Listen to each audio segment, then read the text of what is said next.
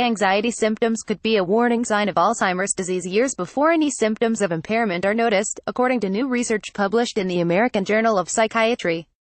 Scientists have long studied risk factors, like depression, that could lead to Alzheimer's.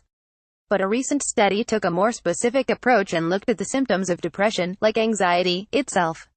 It found that signs of anxiety could be indicators of Alzheimer's in its beginnings. When compared to other symptoms of depression such as sadness or loss of interest, anxiety symptoms increased over time in those with higher amyloid beta levels in the brain, lead researcher and geriatric psychiatrist Nancy Donovan said in a statement.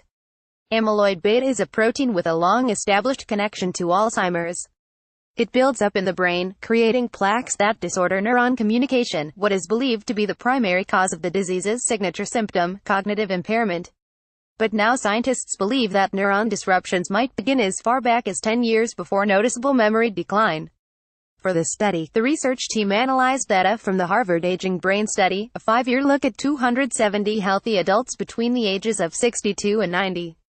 Over the years of the study, the volunteers underwent routine brain scans and were examined for any signs of depression. They found that those with increasing anxiety symptoms also had higher levels of amyloid beta in their brains. This suggests that anxiety symptoms could be a manifestation of Alzheimer's disease prior to the onset of cognitive impairment, Donovan said.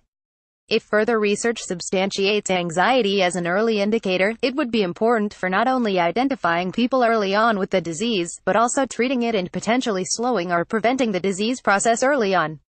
The researchers said that a larger study focusing on anxiety and its relationship with amyloid beta and Alzheimer's is needed to further corroborate these initial findings, but that anxiety testing could be a useful tool in determining if a person is at increased risk of developing the disease.